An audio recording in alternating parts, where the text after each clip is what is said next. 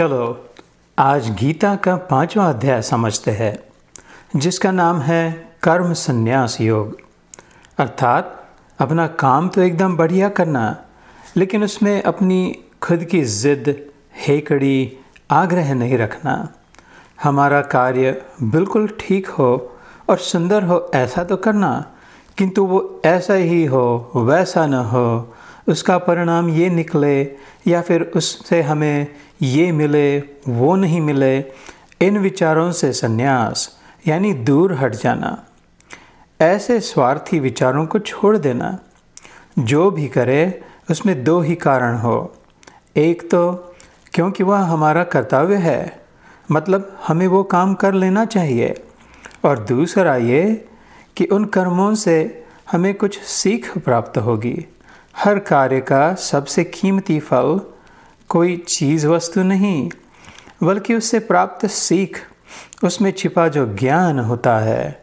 वह काम करके हमें जो कुछ नया अनुभव होता है, नई बात समझ में आती है या तो स्पष्ट होती है, वह ज्ञान, वह सीख, वह समझ उस कर्म का, सभी कार्यों का सबसे ऊंचा और सबसे कीमती फ़ायदा होता है, न कि थोड़ा बहुत कुछ पैसा या चीज़ वस्तु, प्रशंसा या प्रसिद्धि आदि।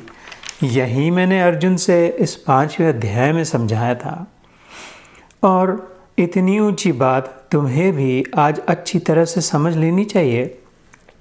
फिर कभी जीवन में संदेह, दुविधा नहीं होगी। क्या ख्याल है, मैं ठीक कह रहा हूँ ना? अच्छा, इस विषय में, इस अध्याय में मैंने अर्जुन से एक श्लोक कहा था, वही आज मैं तुम्हें सुनाता हूँ। उसके 2 कारण हैं। अर्जुन सिर्फ तब ही और वहाँ ही नहीं था, अब भी और यहाँ भी है। कौन? अरे भूल गए बेटा, तुम। हाँ, तुम आज के यहाँ के अर्जुन हो। और मैं? हाँ, मैं भी वही कृष्ण हूँ, और मेरी ये गीता भी बिल्कुल वही की वही है। और आश्चर्य ये कि हमारे संवाद की ज़रूरत भी उतनी ही है जितनी उस समय हजारों वर्ष पहले थी। है ना कमाल? तो सुनो, ये ही संस्पर्शजा भोगा दुख योनय एवते आद्यवन्तः कौन्तेय न तेषु रमते बुधा।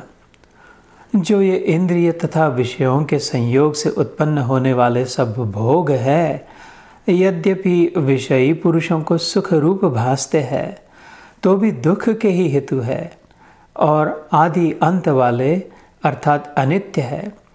इसलिए हे अर्जुन, बुद्धिमान विवेकी पुरुष उनमें नहीं रमते।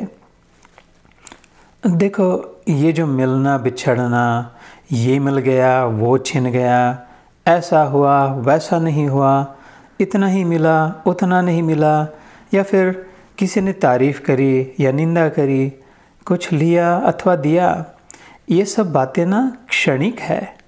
यानी इनमें से कुछ भी टिकता नहीं, आता है और फिर चला जाता है, सदैव नहीं रहता।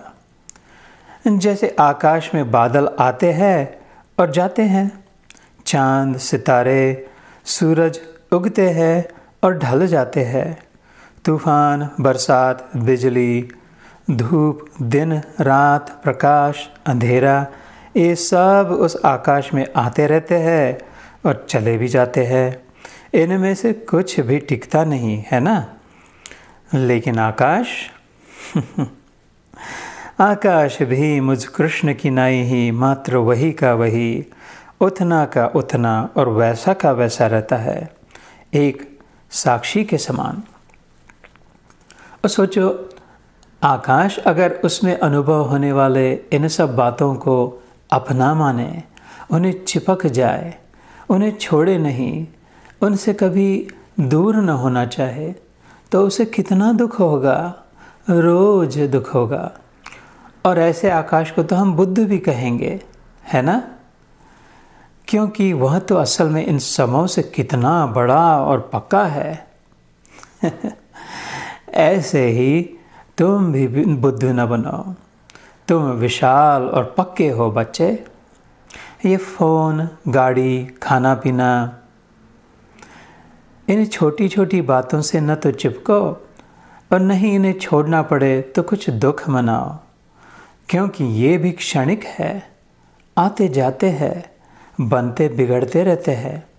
न इनमें ज़्यादा घुल मिल जाओ, न इनसे घृणा करो। जितनी सचमुच ज़रूरत हो उतना इन चीज़ों का उपयोग करो और फिर दूर रख दो, नहीं तो इनके साथ तुम भी बह जाओगे, बिखर जाओगे, दुखी होगे बेटा।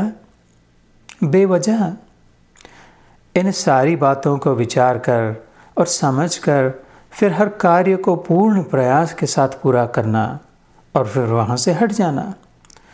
इस अनुभव की सीख समझ साथ ले जाना, यही कर्मयोग है, कर्म संन्यास का मार्ग है। और ये बहुत कठिन भी नहीं है अर्जुन, ये तुम कर सकते हो। याद है इसी अध्याय के अंत में मैंने तुम्हें बताया था कि मैं तुम्हारा सुहृद अर्थात हितचिंतक हूँ, हितैषी हूँ, सच्चा मित्र हूँ।